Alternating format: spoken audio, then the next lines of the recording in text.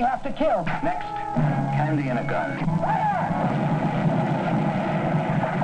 Whoever the killer is, he's been walking around for 3 days with an untreated bullet. Please. I've never killed anything before. Direct from our newsroom in New York, The 11 o'clock report. the news is next.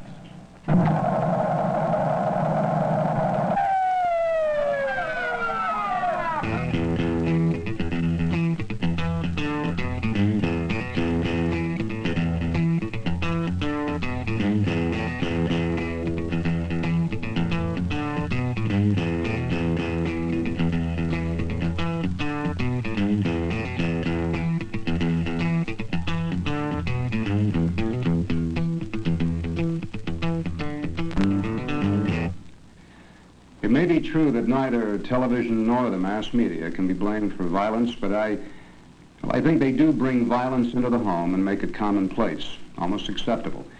It's been found that young people and adults exposed to violence at an early age will often turn to violence when confronted with minor frustrations. School will often be the first experience a child has away from his family. For him, it's his first contact with society. Often it's the first time he's forced to deal with others, and suddenly he must play by the rules.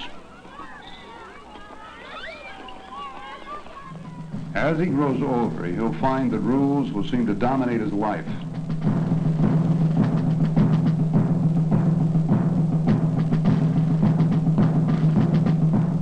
Well, all of us are forced to live by rules or laws in one form or another if an orderly society is to survive and flourish. But from time to time, all of us are faced with emotions that just strike back. We feel small, frustrated, or just plain bored with our lives. Hey,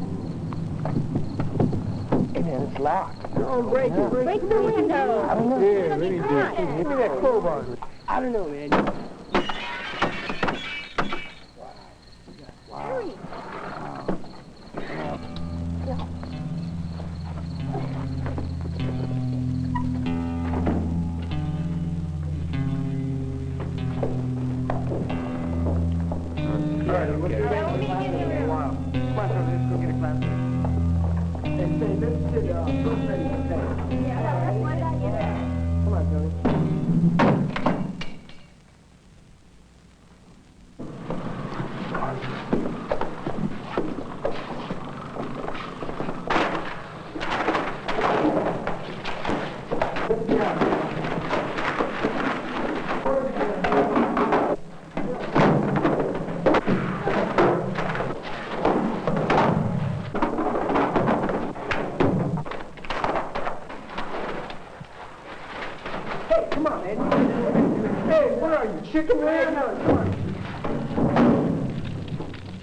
Today, vandalism, sometimes just for the heck of it, and other times well-directed, is almost out of control. Why? Well, I don't know, and I don't think anybody else does either. There just doesn't seem to be any easy answer or magic formula. The youthful years are a time of great idealism and energy, and channeling that idealism can be very difficult. To make matters worse, sometimes we all allow others to make important decisions for us. I don't know, What's the matter with you, man? You never chickened out before. We've never stolen anything before either. Hey, are we friends or not? Well, it's just not my thing. I don't get any big kick out of busting into school. Big deal. Mike, it'll be easy. And besides, I know we can sell that stuff. Let's stick together, huh? Look, man, it's getting late. Why don't you make up your mind? If you don't want to go, forget it. Sam and I got to get it on. Okay, all right, I'll go.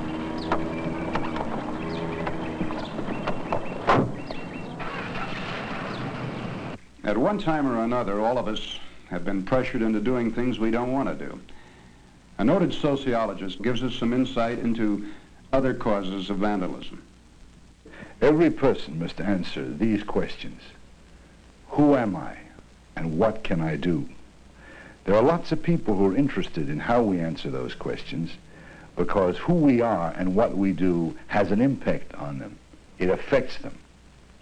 To be young is to spend much time listening to the messages of people who tell us who we must be and what we should do. In return for listening well, we're rewarded by opportunities to do more satisfying things. In a way, society is like a great casting studio with a limited variety of roles: villains, fools, heroes, and failures. In a competitive culture, the number of starring roles are few, and the auditions are not many. If we foul the early ones up, we may be rejected from having any desirable part at all. Some of us find this unbearable, so we say to ourselves, if we couldn't make it into the script as good guys, we'll force our way in as bad guys. The one thing we won't accept is having no part at all. So, when we find the studio locked, we say, we couldn't make our mark in it, so we'll leave our mark on it. We'll deface the door with vandalism or smash it with violence. One way or another, we'll be in the play. The question is it the part we wanted? For other potential vandals, the reasons may be much clearer. They feel they've been wronged, and they may turn toward violence to get even. Let's go over to Peggy. Jane's going to be over there. No, you go ahead. I just want to get some air. Didn't you hear me? I said Jane's going to be over there. Yeah, I heard what you said. What's bugging you? I talked with Coach Springer today. Are you going to anchor the relay team Friday? Not quite. Not even running. What do you mean? Rules, man. I don't want to play their games.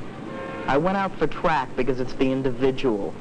I don't want to be a part of no team. I'm me, and they got to accept that. They set up rules that I have no say in, then when I don't play by them... Come on, man. No kidding. I'm supposed to be a troublemaker. Well, maybe I'm going to make a little trouble. Oftentimes, all of us feel that society is becoming too mechanical, that we as people are being ignored, losing our individuality. But we also know that freedom requires responsibility. Irresponsible acts or grandstand plays, they do very little to improve society. They can only destroy it. When I came to school this morning, I found out that there was this explosion in the chemistry lab last night. Wow, that's really great. Without chemistry, how am I supposed to graduate this year? They burned down the building that used to be our gym. Next year I was going to go to college on a basketball scholarship. Now I don't know what's going to happen. I've lived in this ghetto all my life. My only chance of getting out of here is the school. Today I come to school and I find this.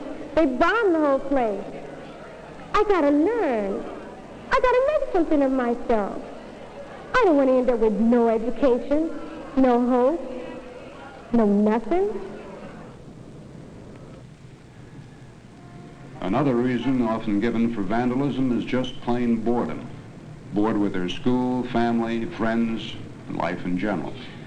Young people may turn towards vandalism merely for the thrill, the excitement of destroying. This brings us to a very interesting question. Are we violent by nature, or do we become violent when we're aroused by some outside stimulation? Well, this is a question that's been puzzling mankind for generations, and there's still no agreement on it.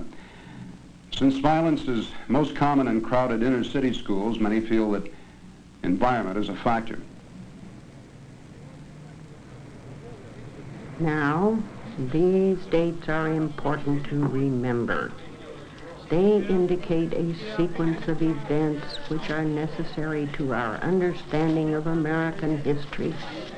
It becomes readily apparent that at the beginning of the 19th century... You're going crazy. This place is going to drive me nuts. Nobody cares. The kids, teachers, nobody. They don't educate you. It's like a refrigerator. They put you in here to keep you cool. Okay, let's get there.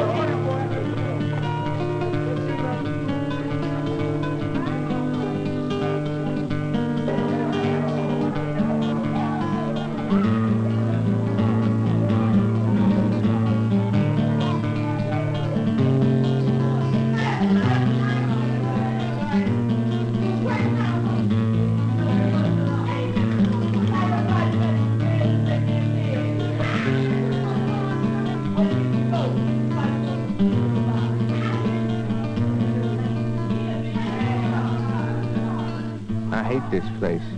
There's no feeling here, no belonging. It's like a rotten prison. Someone ought to burn it down. No one can deny that frustration and a feeling of hopelessness are causes for vandalism. But I don't think that anybody can agree that the way to resolve the problems of overcrowded schools, poor teaching, and irrelevant courses is to burn down the schools.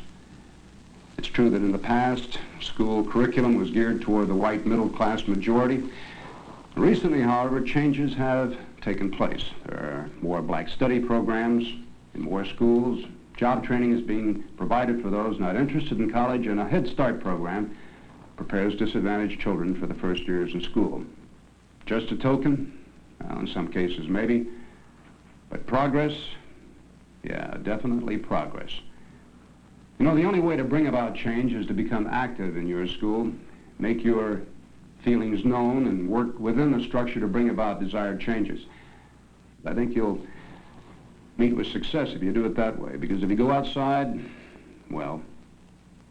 As far as I'm concerned, somebody's got to get tough with these kids today. They're just not going to get any more of my tax dollars. They say they want the right to determine what they study, but so far they haven't shown any responsibility. If they can't handle what they have now, how can they demand any more? Hey, I can hardly afford to pay my bills now. Vote for another bond to build another school? Not on your life. The kids will just burn it down. They don't care. I wouldn't give those kids another dime. It's time they learn the value of property. I mean, you know, if the school's closed down, it's their fault, not mine. Just a lot of phony words? Well, unfortunately, no. The quality of education can't improve without the cooperation of the voters, the establishment. Money's needed for new programs and facilities. Additional teachers will be needed to reduce the size. But as long as the public's image of young people is that of irresponsible delinquents burning and destroying everything in sight, well, they're going to be less than enthusiastic about supporting or improving the quality of education. The time has come for you to decide what kind of a society you want to live in. In the past, violence was a defense against danger. It worked well for survival. Now, for the first time in man's history, his survival depends on his humanity. His ability to solve. Now, don't you think it's about time we learn to work together in order to be able to live together? Think about it.